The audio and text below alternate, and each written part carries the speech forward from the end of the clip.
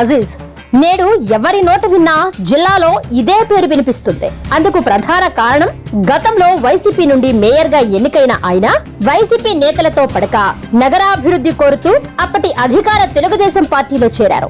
దాదాపు 5 ఏళ్ల పాటు నగరాన్ని ఎంతో అభివృద్ధి చేశారు. ఆయన చేసిన అభివృద్ధిని మరీ ముఖ్యంగా దేశ విదేశాల వారు గుర్తుపట్టాలనుకునేలా నేటికి చర్చించుకునేలా బారా షాహిద్ దర్గా రొట్టెల పండుగ మహోత్సవంలో తనకంటూ ప్రత్యేకత సంపాదించుకున్నారు.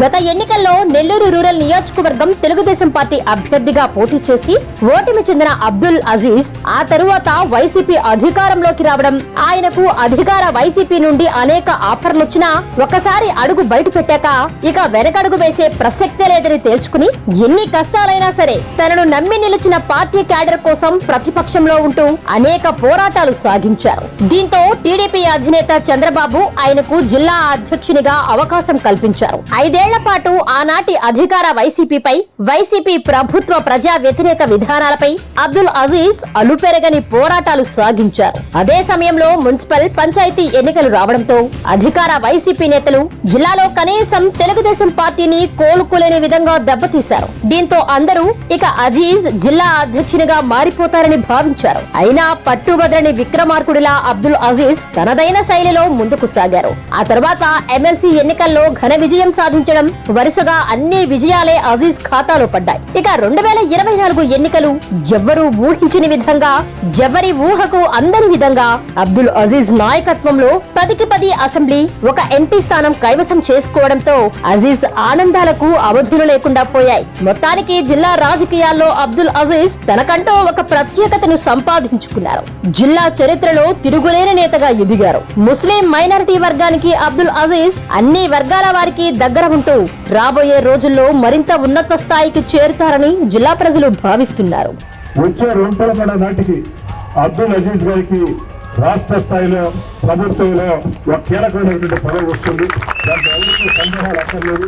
బారా షాహిద్ ఆశీస్సులు ఉంటాయి, దేవుడి దయ ఉంటుంది, చంద్రబాబు నాయుడు గారి ఆశీస్సులు ఉంటాయి.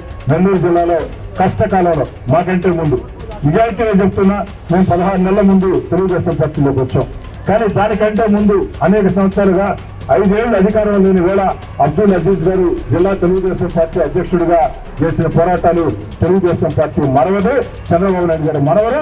ఖచ్చితంగా మంచి ఏదో ఇచ్చారని కాకుండా ఒక కీలకమైనటువంటి భాగస్వామ్యం ఈ యొక్క రాష్ట్ర ప్రభుత్వంలో తెలుగుదేశం పార్టీ పరంగా చంద్రబాబు నాయుడు గుర్తిస్తారు.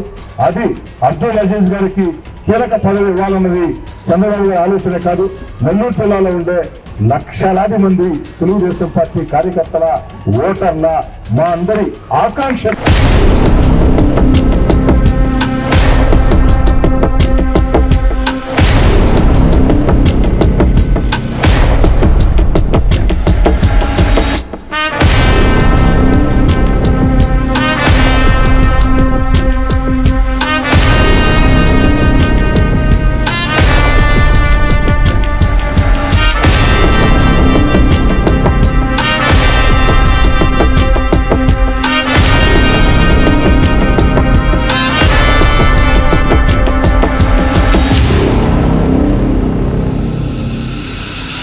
ఈ వీడియో కనుక మీకు నచ్చినట్లయితే లైక్ చేయండి, షేర్ చేయండి, కామెంట్ చేయండి మరియు సబ్స్క్రైబ్ చేయండి.